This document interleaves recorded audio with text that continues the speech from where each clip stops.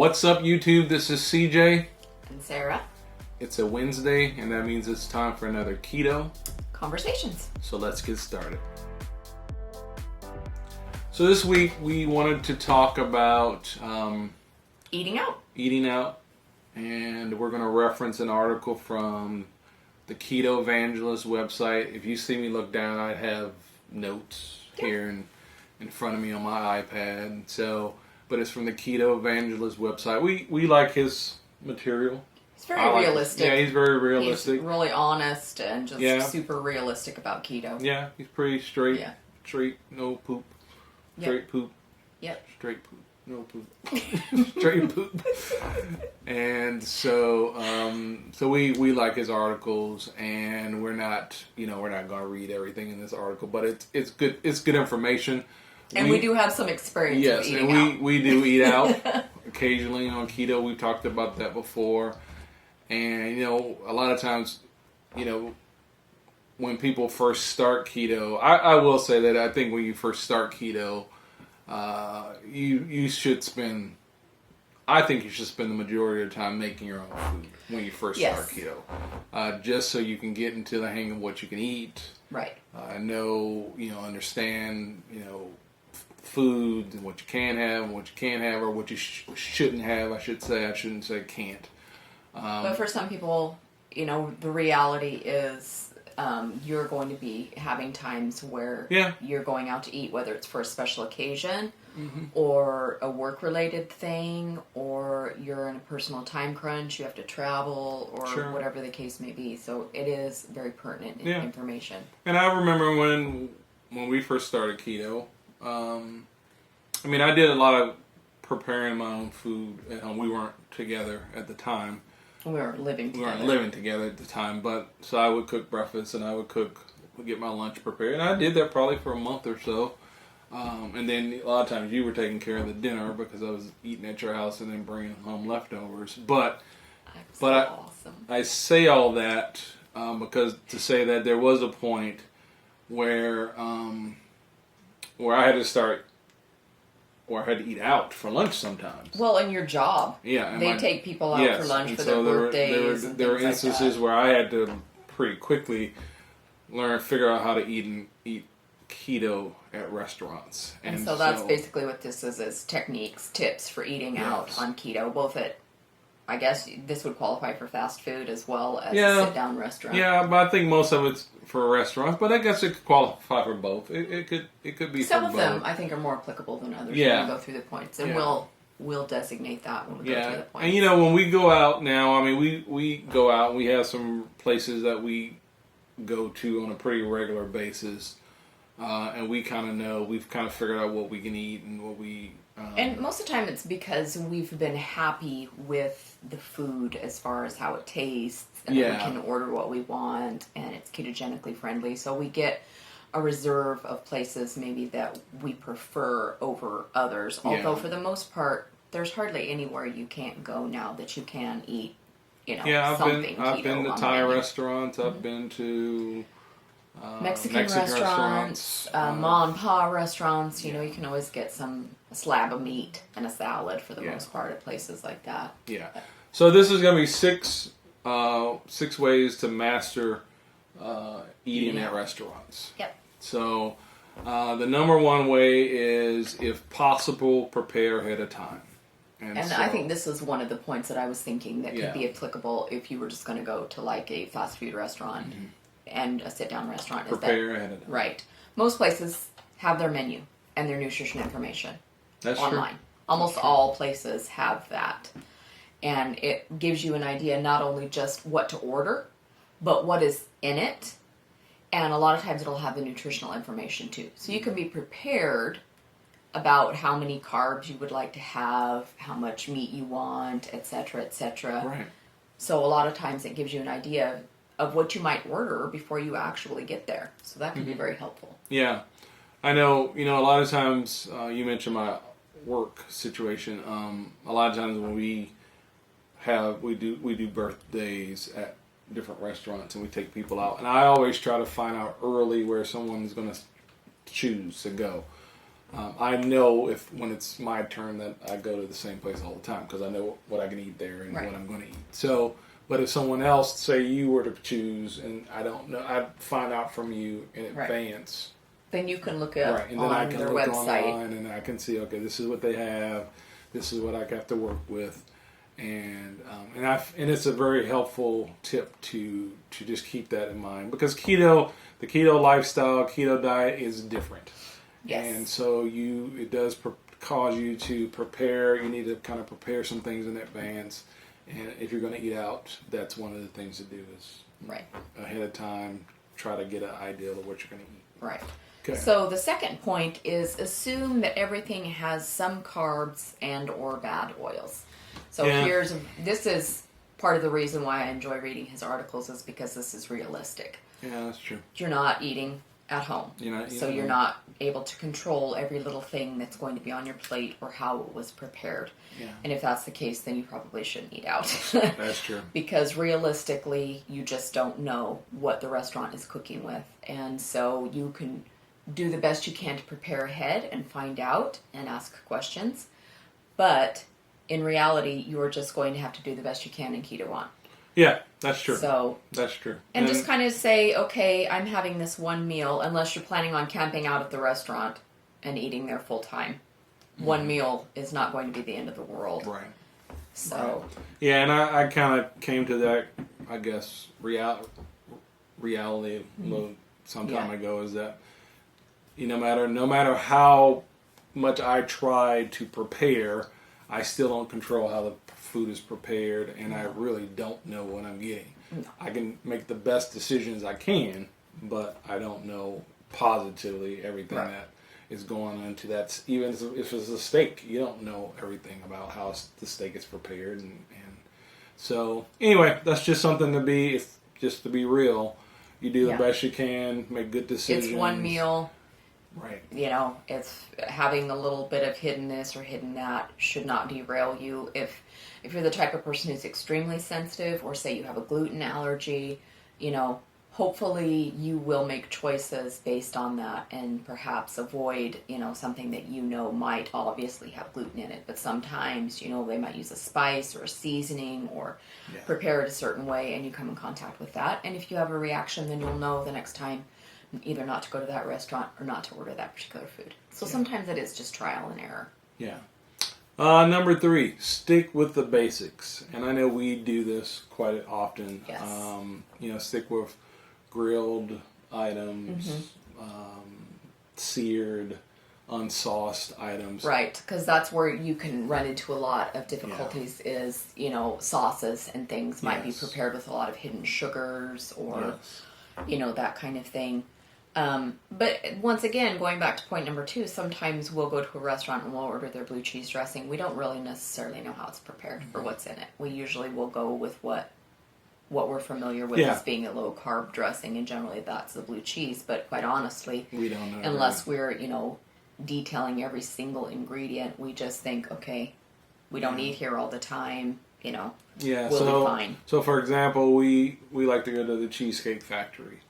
And we will get their New York steak that comes with a salad and another vegetable, I believe. Right. And they do make their own dressing. And I have looked at the ingredients, and they are acceptable. So in specific instances like that, sometimes you can make sure something is okay. But I think the first time we went, I don't know, we didn't know. We just knew that the blue cheese dressing tasted really good. Yes, but, it was very tasty. And then later in fact it was so good that we actually purchased some, and then we probably while we were sitting there we looked at the macros, because of course with your smartphones you can look up anything. Right.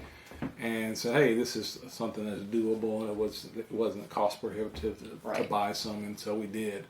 But again, sticking with the basics, staying away from things that are fried, staying away from, casseroles or things like that, because you're not preparing it. So obviously we'll probably have some bread items in it.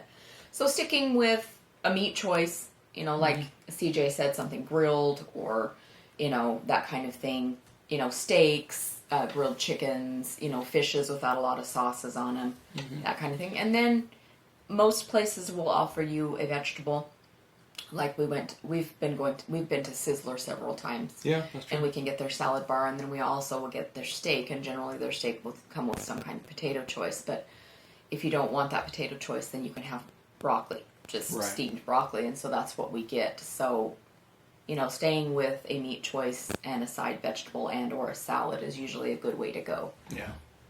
So. Yeah, that's a good point about Sizzlers. Yeah. And one of the reasons we probably started going there is because we could control better what we... Well, a steakhouse, generally you're going to be able to get a slab of meat. Yes. That's kind of what you get when you go there. Right. So, and for the most part, it's prepared, unsauced. It's just seared meat. Yeah.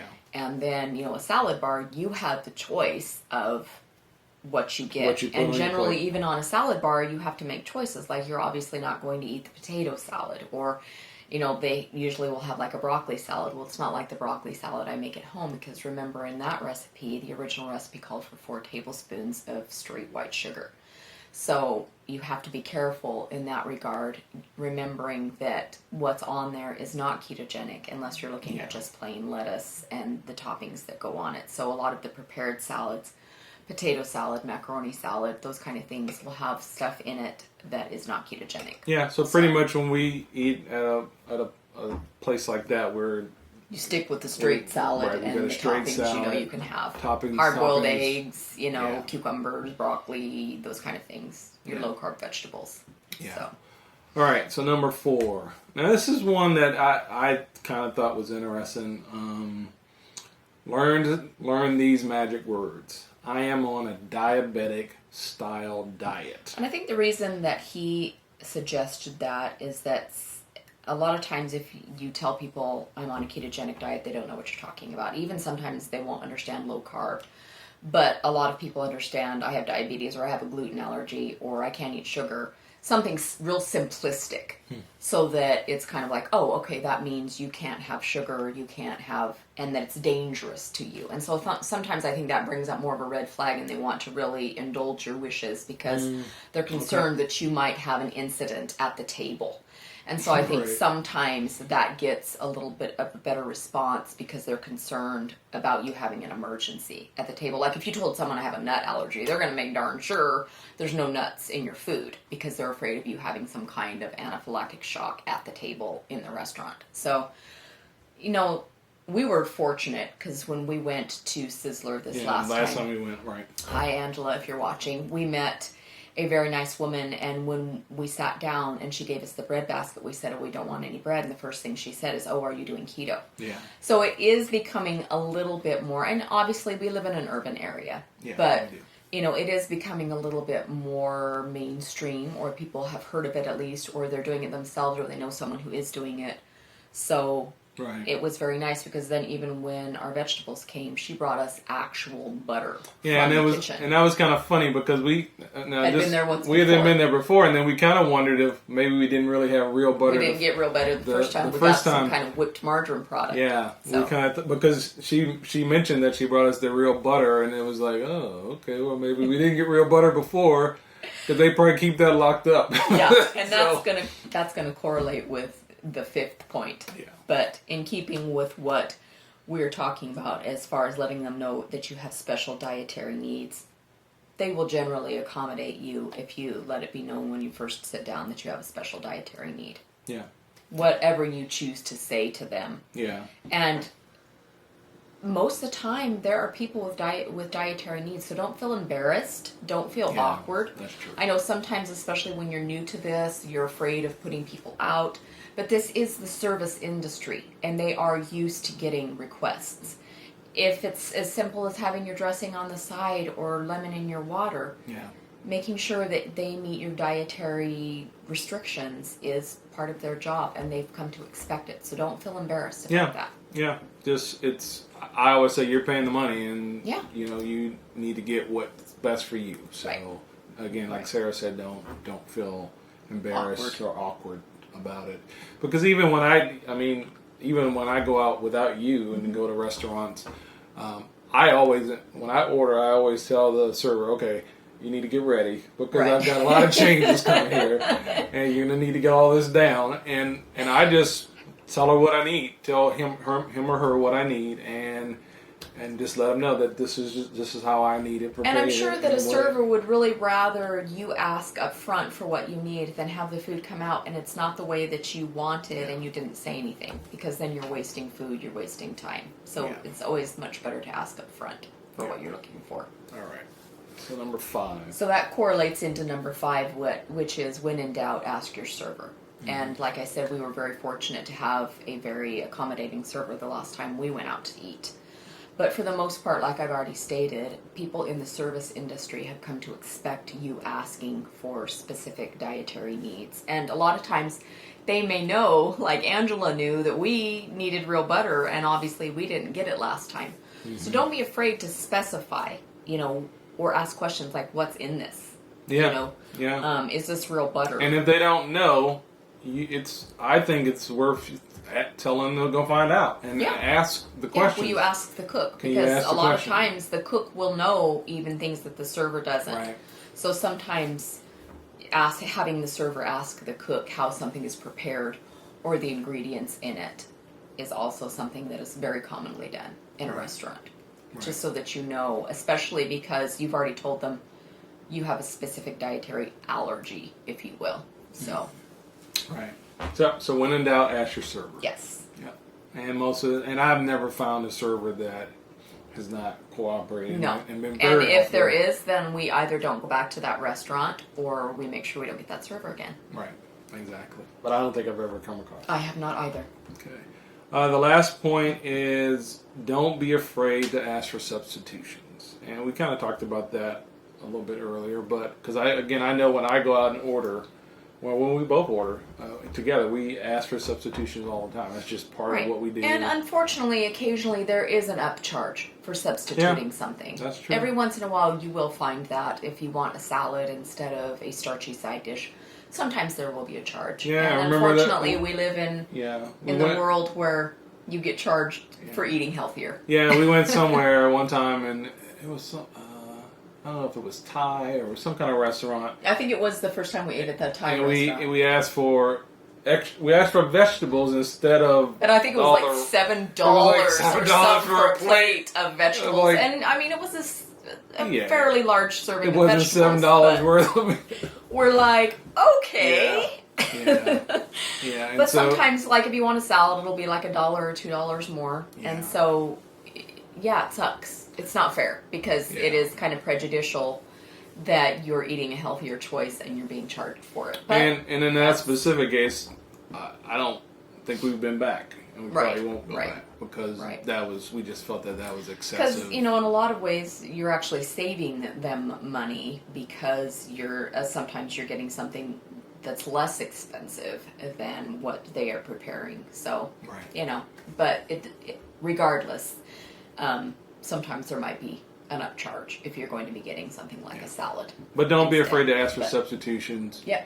And also, and this is not one of the points, but I think it's just, if you're doing keto, living the keto lifestyle, this is just part of how it is. I mean, it's just the reality of the lifestyle, and for you to be successful on it, I mean, yes, you can cook at home all the time if that's what you want to do, but you also should have the freedom and feel like you could go out and associate with your friends and family and have time out. And it's not just even people on the ketogenic diet. I mean, before I practiced the ketogenic lifestyle, there were still certain ways I liked my food, and I would still choose a salad over a starchy side dish even before I was ketogenic, just because I instinctively knew that all of those starchy, bready things weren't always the best way for me to eat. So it's not even people who are practicing the keto lifestyle that ask for these things. Yeah, that's true. So, that's true. Actually, I work with a person who, sure, I have a lot of substitutions when I go out and eat, but I work with another gal who, when she goes out to eat, she's got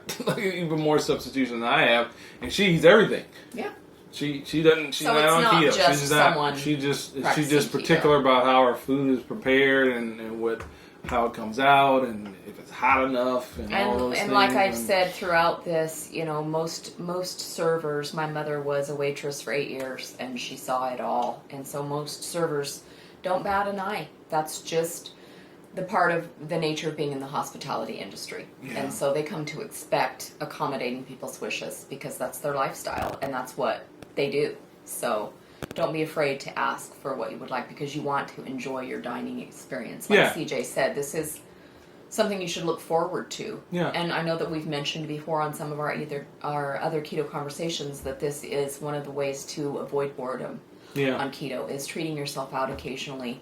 Because, you need a break. Let's face it. Somebody else does the dishes and makes the choices. And also because sometimes you can get ideas of things that you would like to make at home yourself. Yeah.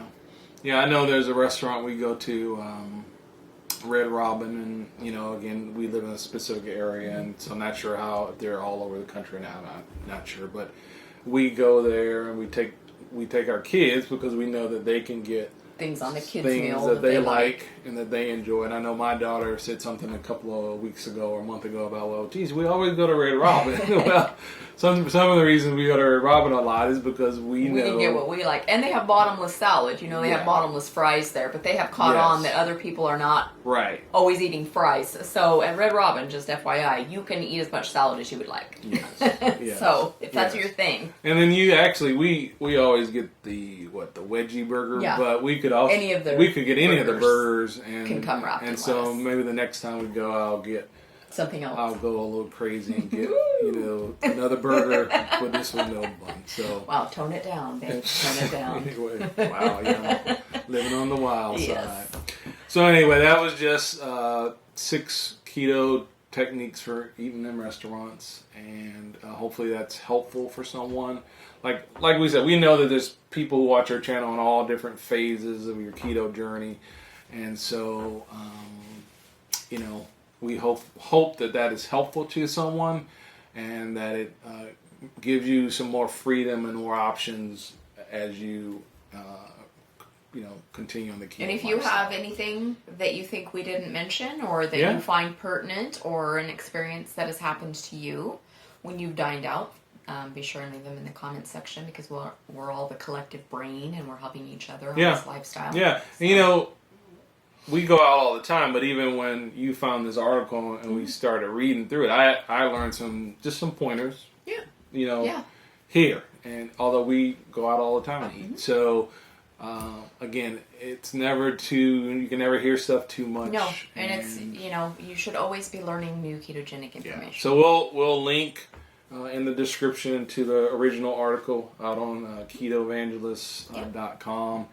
And if you're new here, this is our Keto Conversation segment. We do new recipes on every Sunday, and we hope you consider subscribing and coming back and being part of our ketogenic family.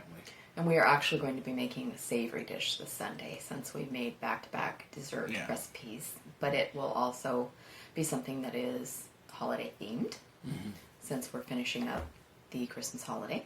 Right. Okay. So I look forward to the taste test.